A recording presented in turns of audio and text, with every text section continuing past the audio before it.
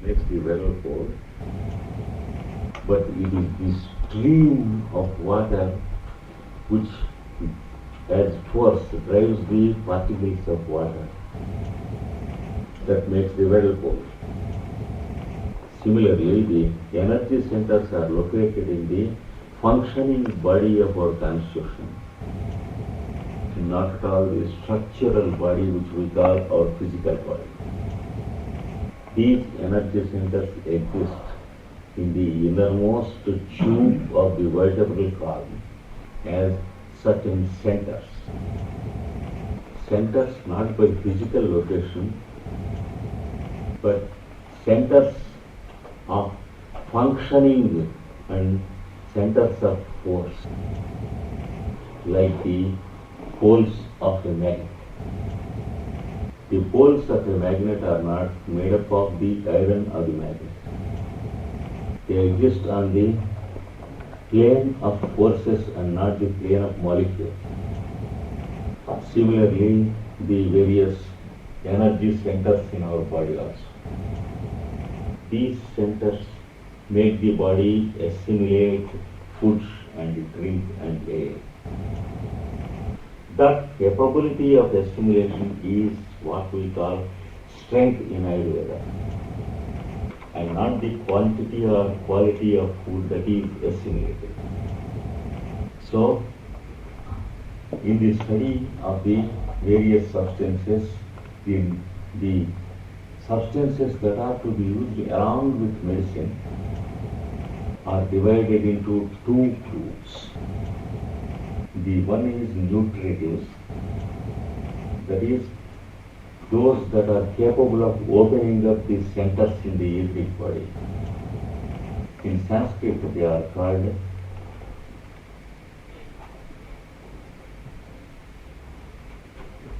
Jivaniyas.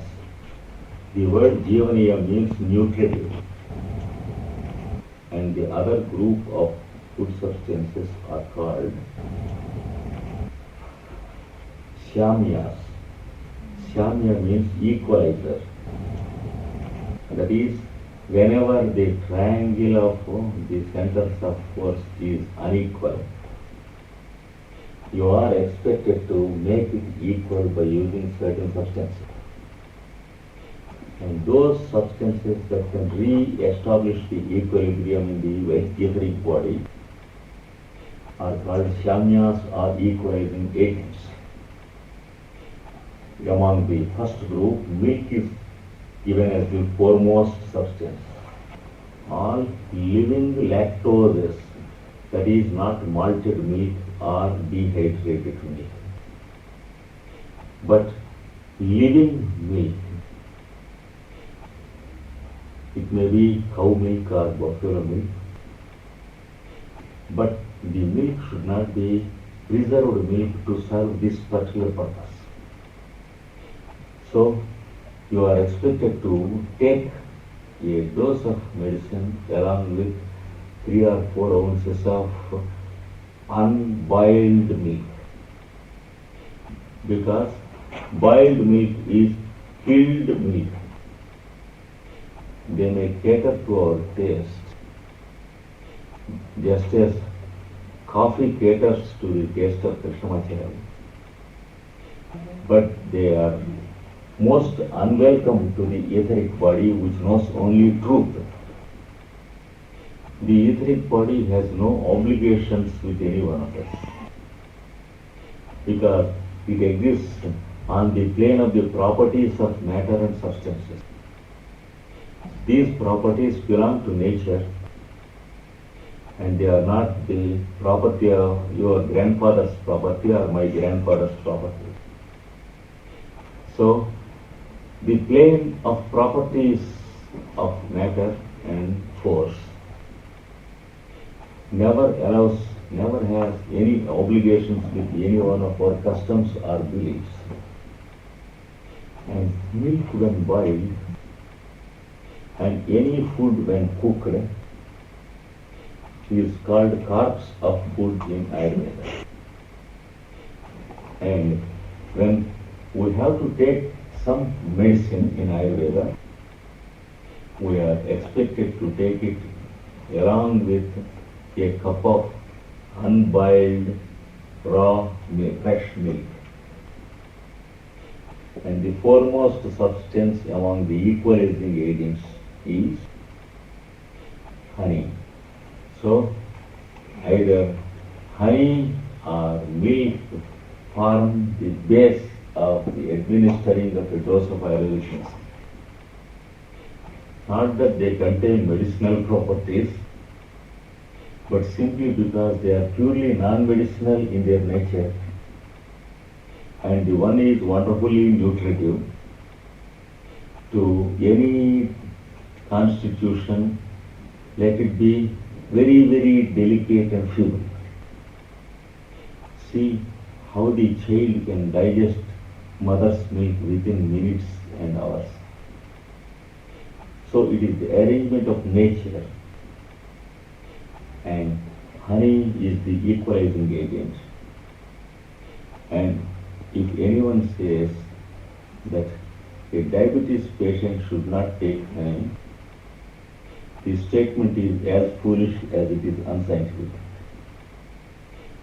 You can safely try with any diabetes mellitus patient that if he daily takes honey, 1 tablespoon of honey and the juice of 1 fresh lemon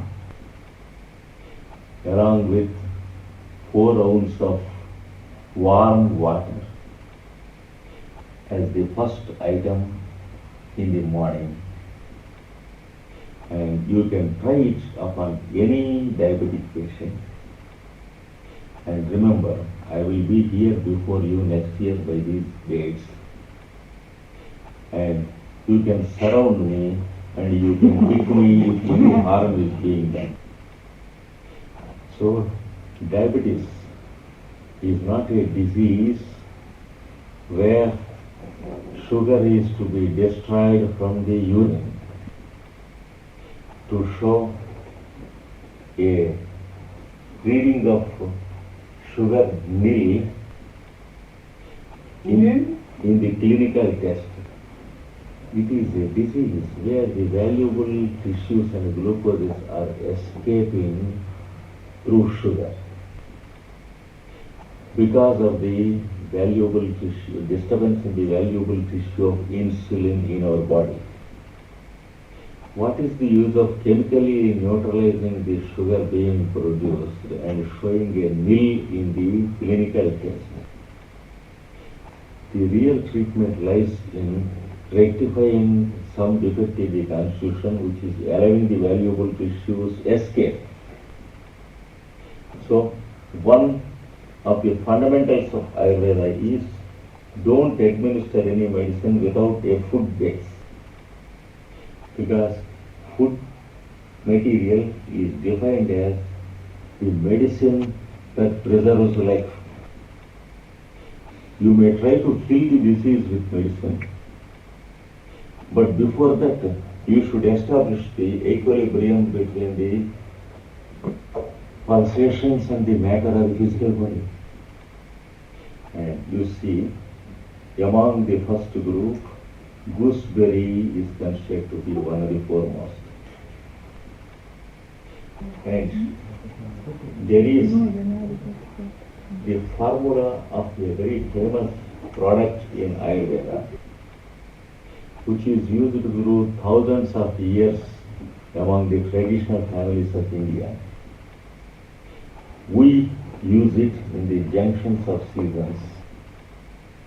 And if you directly come to my residence in Redolph's apartment today, you will find 1 tin of that particular substance, the product made of gooseberry, the formula of which is as old as 12,000 years according to the written evidence. And in our families, we are instructed how to produce certain products like the gooseberry product. And we can prepare them and use them. And we, the members of all our families, will be frequently using those products. That product is called Chavanaprasha in Ayurveda. It is a very delicious product, first established and produced by a scientist called Chavana.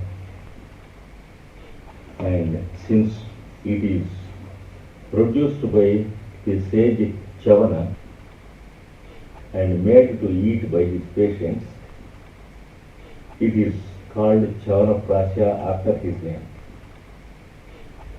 And such products are there to work as the basis of any medicine.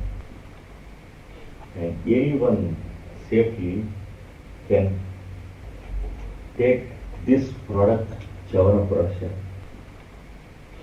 and eat it at the junctions of seasons. And after 3 or 4 years of such use, they find that they require no medicine at all frequently. And there will be an automatic healing of the whole system.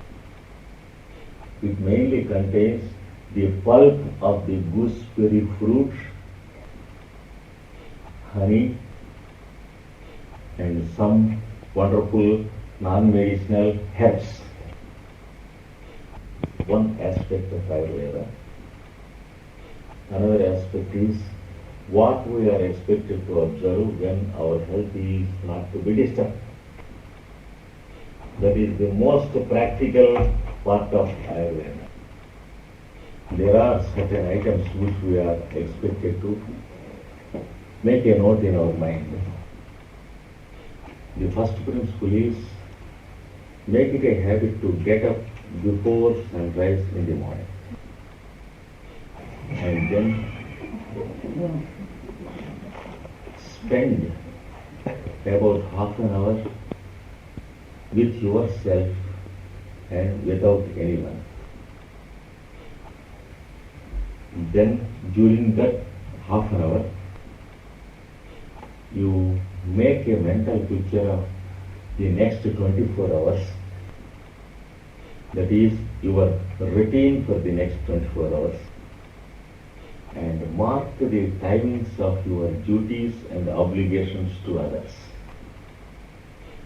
What you have promised to others, what are your appointments with others, and what are expected by you of others.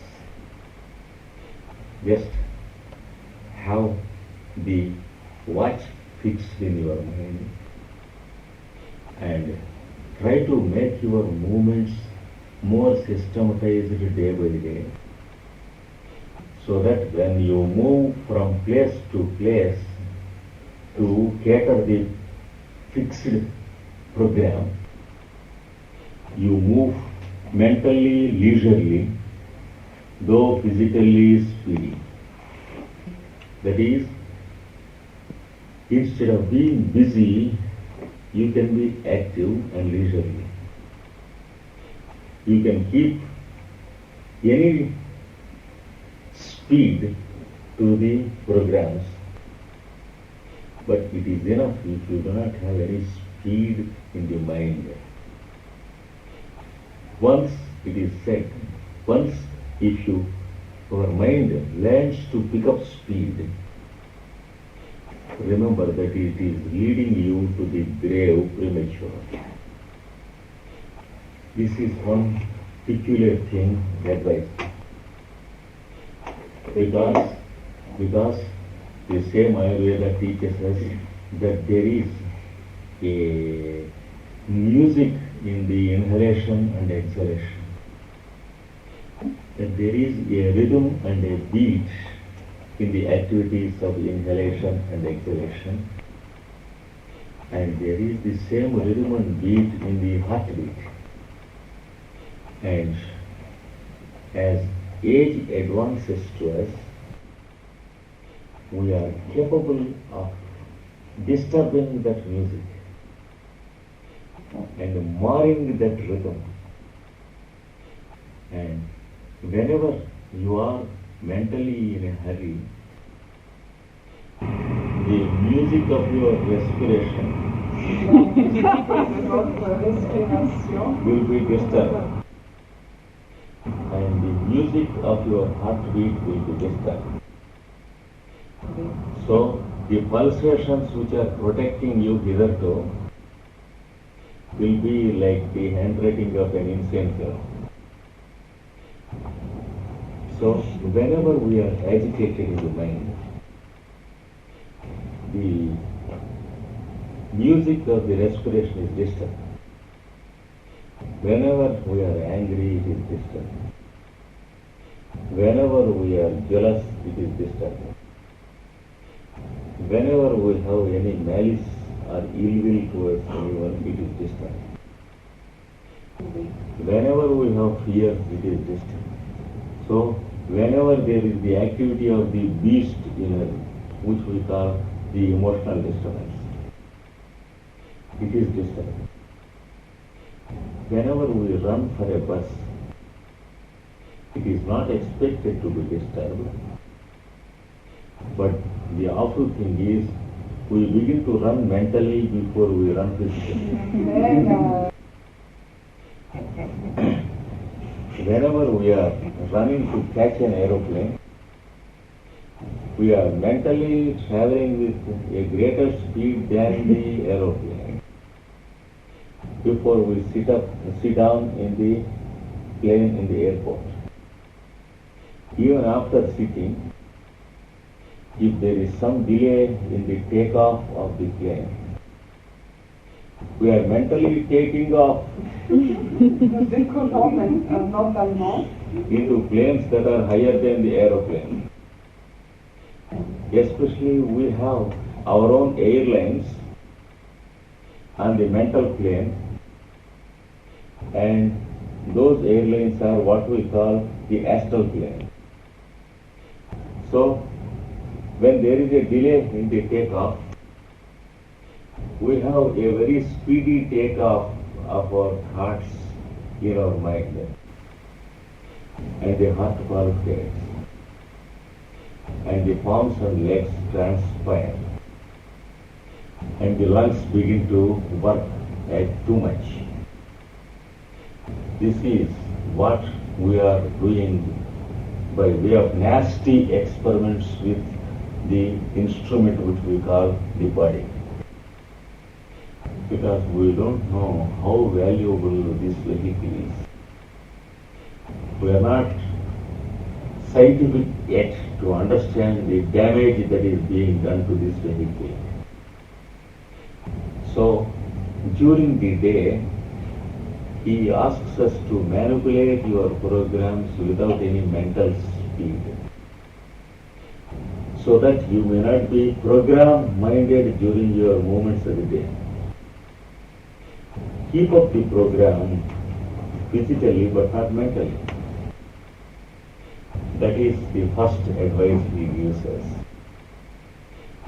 And then the next advice is, during the same half an hour before sunrise, you try to assess the position of your health yesterday and at present for today. See if the digestive system is active or dull. See if the body is feeling light or heavy. See if the head is alright or having vertigos. See if the mind is free from the instinct to sleep even after a night's sleep. Or is it grumbling to sleep more than you want to get? And then you just have an idea of the menu of that day for your body. And when once you make up your mind during the few minutes about your that day's menu, don't allow anyone to enter into that kingdom during the day. That is the one thing which is almost impossible to the Occident. Това е нещо, което е прескъпо. Nature has no compromise with us. That's why he said, if you want to have an active body up to the last moment, these principles are only for those who want to have an active body up to the last moment. Others need not bother about it, and others need not find fault with the author of Ayurveda. How the examination papers are for those only who accept to sit for the examination. If you do not propose to appear for the examinations, they don't mean any tension to you. They are as good as any newspaper. And then, after the half an hour, he says, you make a recital of any single line from any scripture, and then come out to take your routine. You have a mouthwash and teeth cleaning with the sticks of some trees that are living. That means you have to take the stick of the tree fresh the previous day or that day to clean your teeth. Any harmless tree of your climate can be selected.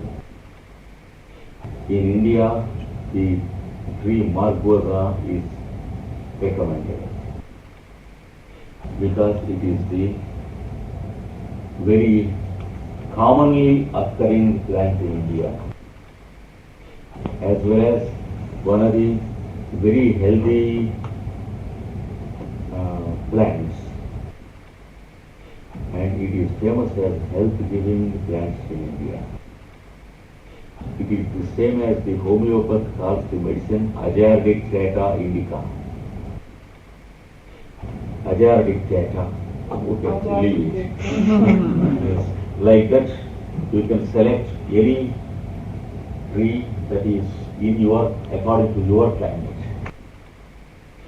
For some people, he prescribes the banyan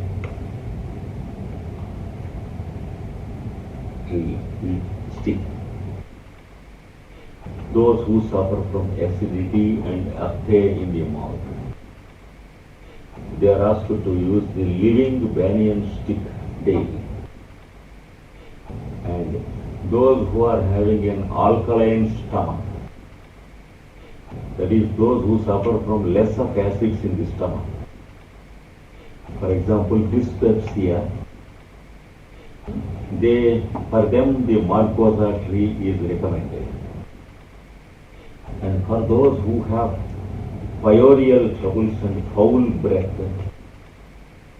the mango tree stick is recommended because it contains not only the healing agents of the gums and the teeth, but also it carries a wonderful perfume with it, which lives with the breath for about 3 hours after you use the stick.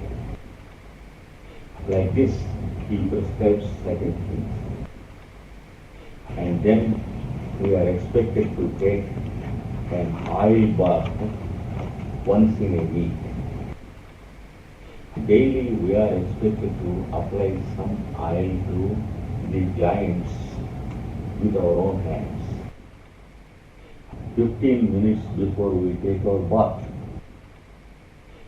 And we are prohibited from allowing others to give us the oil and massage, because our way of applying oil to all the joints, it provides us with the required amount of exercise to the muscles and nerves, and it necessitates all the bends and curves we have to make. Nous avons besoin de faire beaucoup de so that even the laziest goose who has no time to conduct some yoga or physical culture will have automatically minimum, irreducibly minimum physical exercise. About food habits, he instructs us in the following way. First of all, decide if you want to eat once a day, twice a day, or thrice a day, or 4 times a day. Even 10 times you are permitted. But let the timings be fixed, so that the digestive functions and the juices and their production may know their time properly. And let there be no unpredictability to the functions of your digestive system. See, what is the fate of the poor housewife whose husband is an awful drunkard and a gambler, who visits home for supper one day by 10:30 p.m., another day by 12, third day by 2 a.m., and some days by 3:30 a.m., and the next day 7:30 p.m., with 5, 6 or 10 of his friends as unexpected guests. You consider the helplessness of the poor housewife that has to provide these fellows, the vagabonds and loafers who follow her husband. The same will be the fate of your stomach if there is no predictability of time for eating. That is the next instruction he does. Have your own timings for food. You can prescribe your own timings according to your own duties and daily routine and the type of office you have. It's not necessary that all people should be prescribed at the same time, exactly same hour and minute for dinner or supper. Let the university professor have his own time. Let the merchantman have his own time. Let the notary have his own timings. Let the doctor have his own timings. According to the type and nature of the profession, prescribe your own timings for your own food.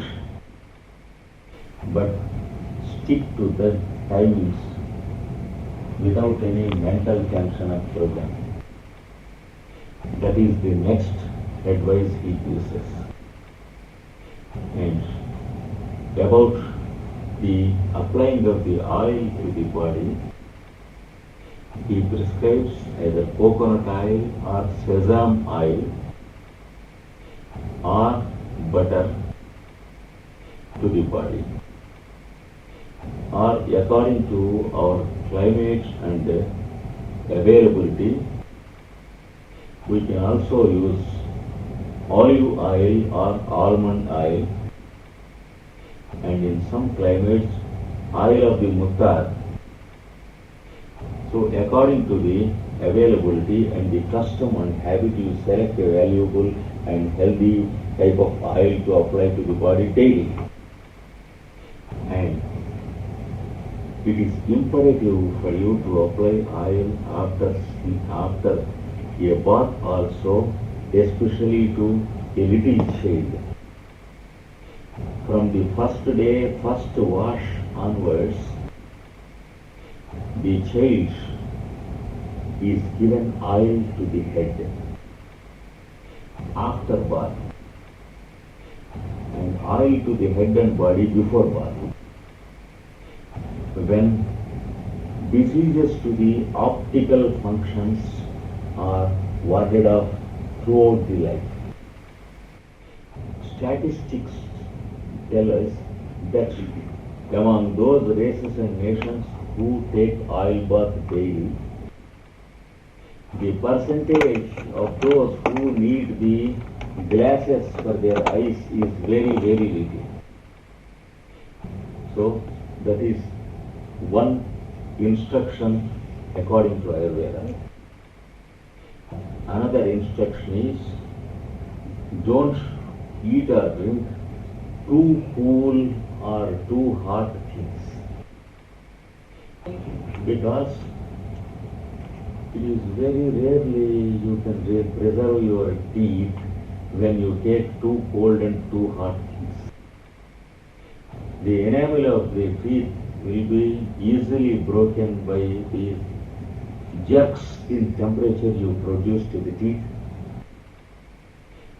and especially when you take coffee after ice cream or ice cream after coffee, you can be sure that at least 30% of your teeth are decayed before you are 30 years of age.